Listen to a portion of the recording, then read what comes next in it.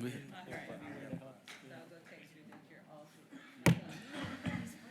It's 5:19 p.m. We have a quorum, and this meeting has been duly posted. Good evening, and welcome to the public hearing meeting of the Dallas Independent School District Board of Trustees. Please stand and join us for a moment of silence and remain standing for the Pledge of Allegiance and a salute to the Texas flag.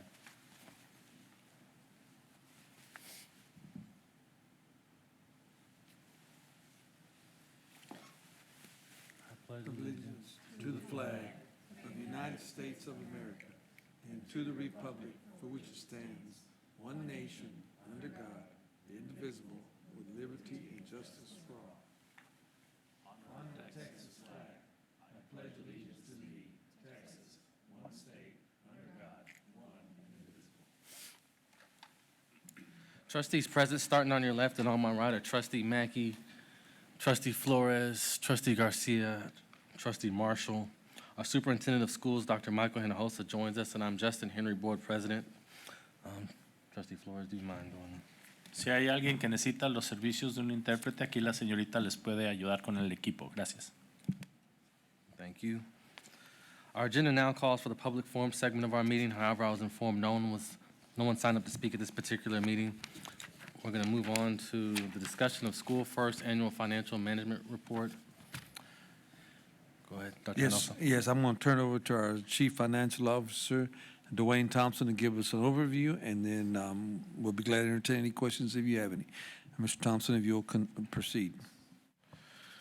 Okay, we have our annual event of going through the first rating, and this is where the state compares our financial, not only our financial information related to off of the CAFR, but also our compliance with our responsibilities of reporting and timing and so forth.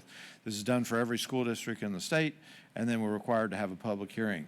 In the public hearing, we're going to be comparing last year to this year, and I want to make sure for our ratings you understand that's for fiscal year 2018. So as we go through those, the comparisons on the previous year. Next year, on the first rating, they have completely revamped the program, and so we will be reporting in a different format for next year based on the 2018 data, or 2019 data, excuse me.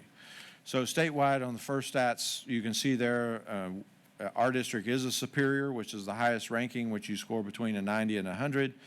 In comparison between the 2 years, almost 89% of the districts in the state do score a superior, and then you can see the various categories as well as enrollment of those categories.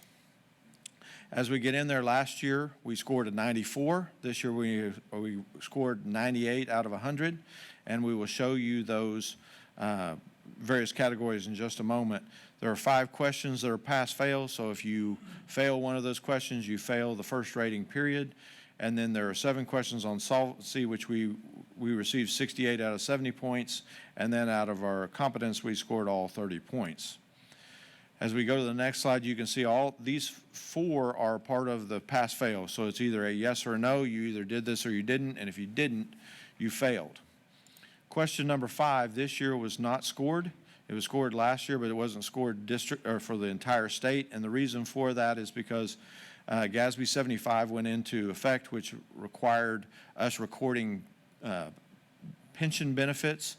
So there is an unfunded liability with TRS, and with this report, we now have to report that, our portion of that on our financials, even though it really isn't our responsibility. But according to GASB's statement, we had to do that, and so the state had not yet figured out how to create a test of that with that incorporated. So they will be doing that for next year, but for this year, they did not score that category for anyone. And the reason for that is the majority of school districts had a negative balance because of that.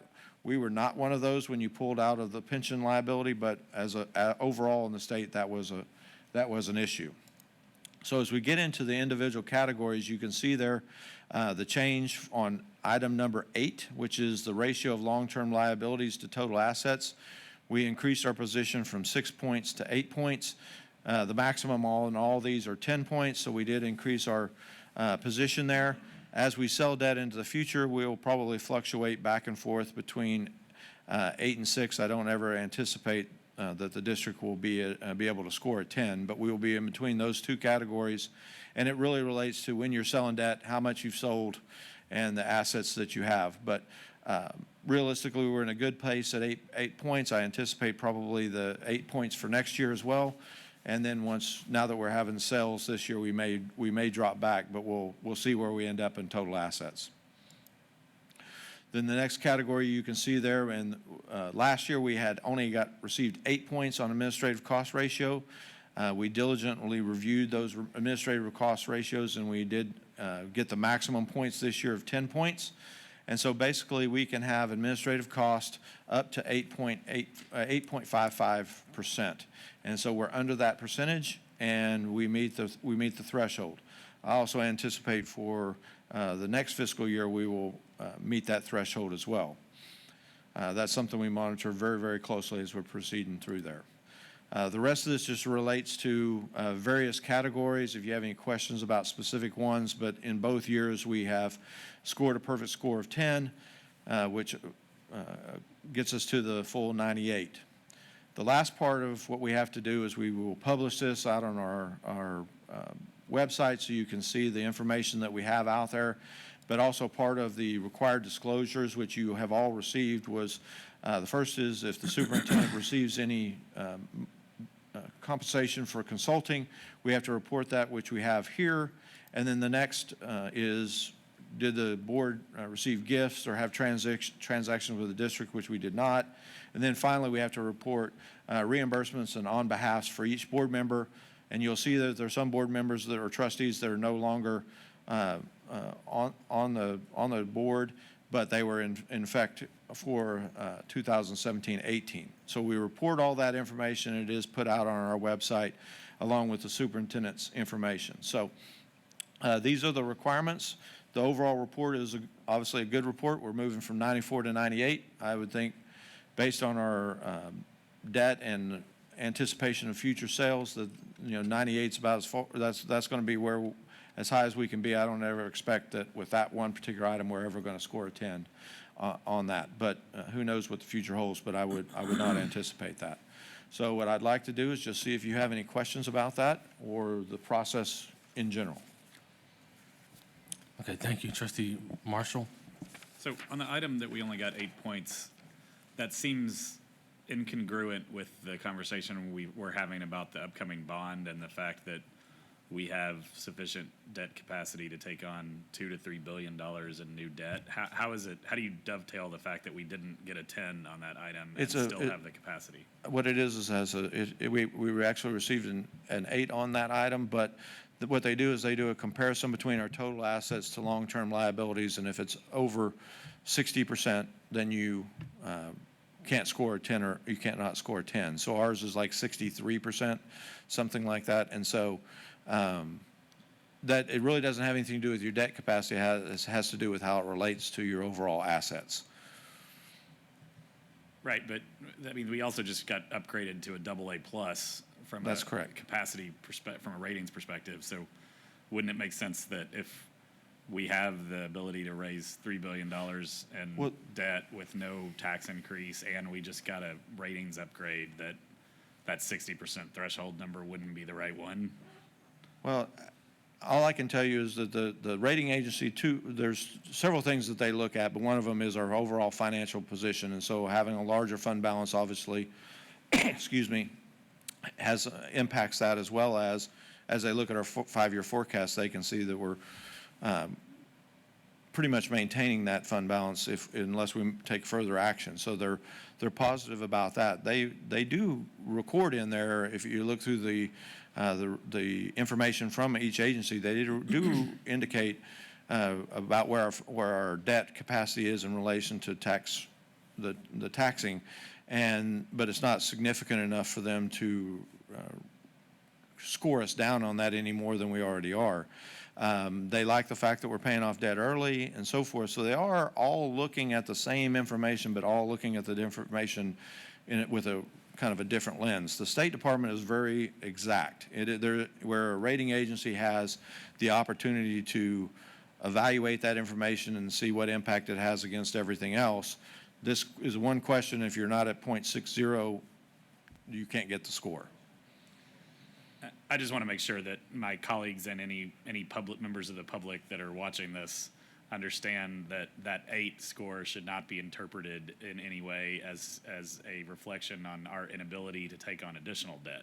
No, and it's not, and the other part of it is that, to that point, it's all about what debt you have outstanding. So you can be authorized for significantly more debt than you've actually issued, which we in fact are now, right? We have other sales that we need to have, and so the timing of those will impact that percentage, but it doesn't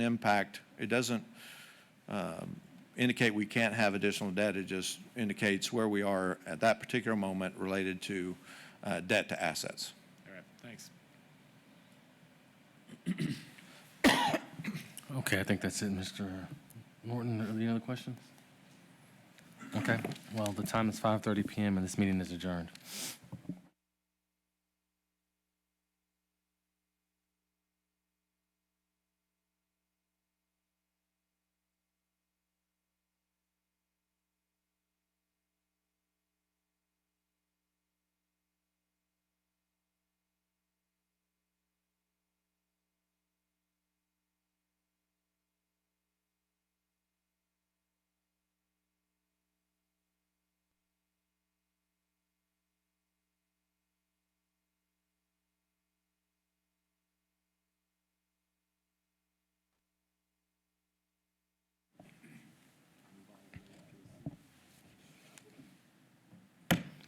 It is 5:31 PM. We have a quorum, and this meeting has been duly posted.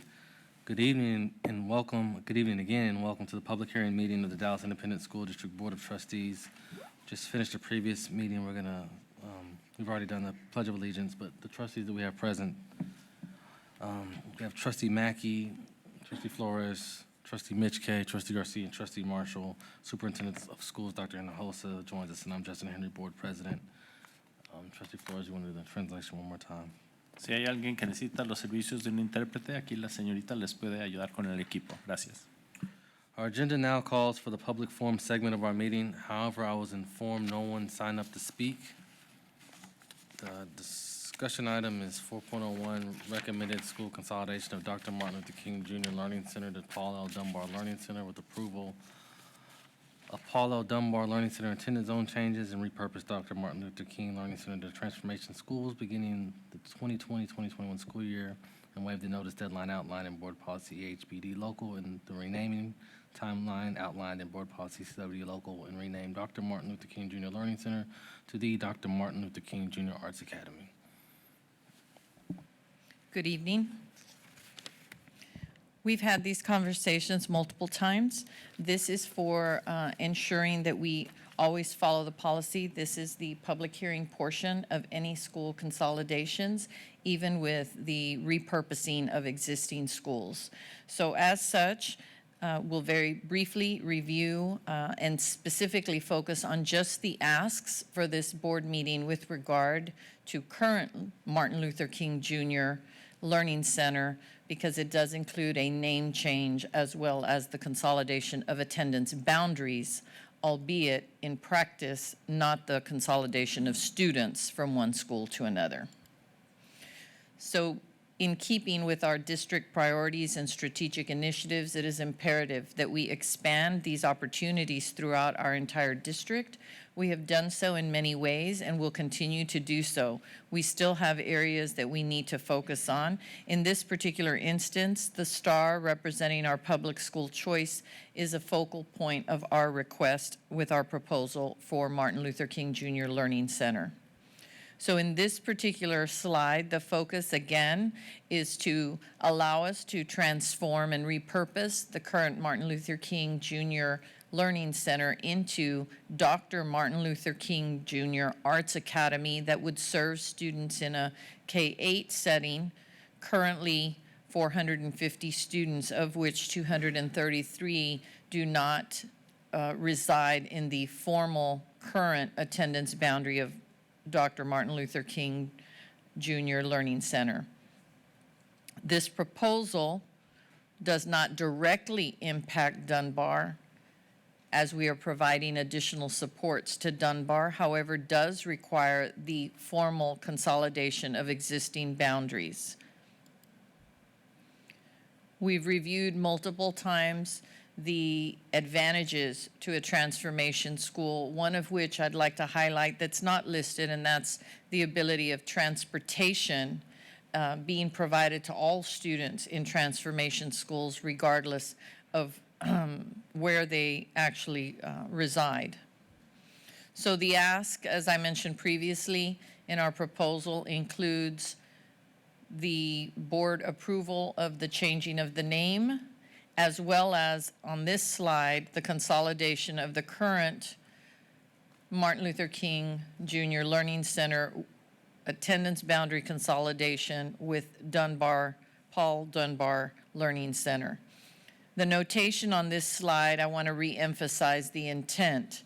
Current Martin Luther King students are automatically admitted, and that may have been a better way to represent this.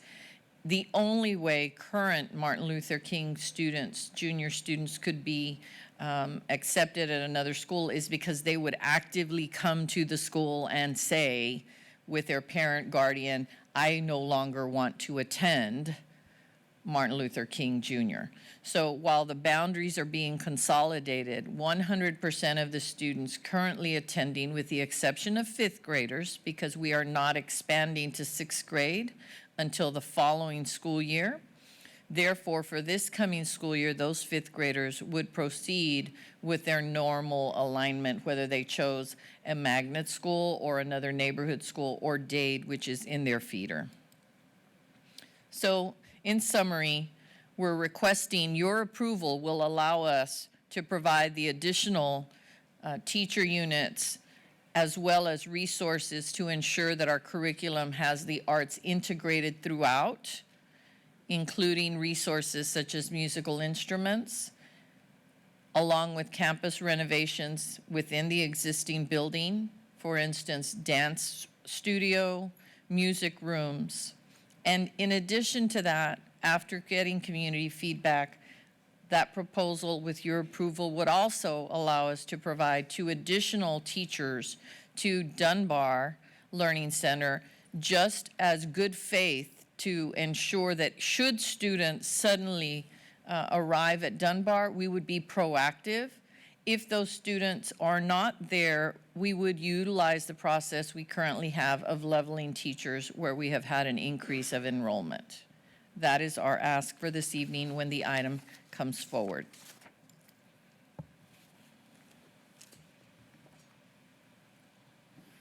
So Chief Ellis, I don't have any questions, but I do want to thank you and your team for having numerous community meetings, including this past weekend on Saturday as a kind of a last community meeting and addressing a lot of our concerns and implementing those concerns in your plan. So I just want to thank you and your team for, one, bringing this opportunity potentially to our community, but also listening to our community and implementing some of our feedback. So thank you.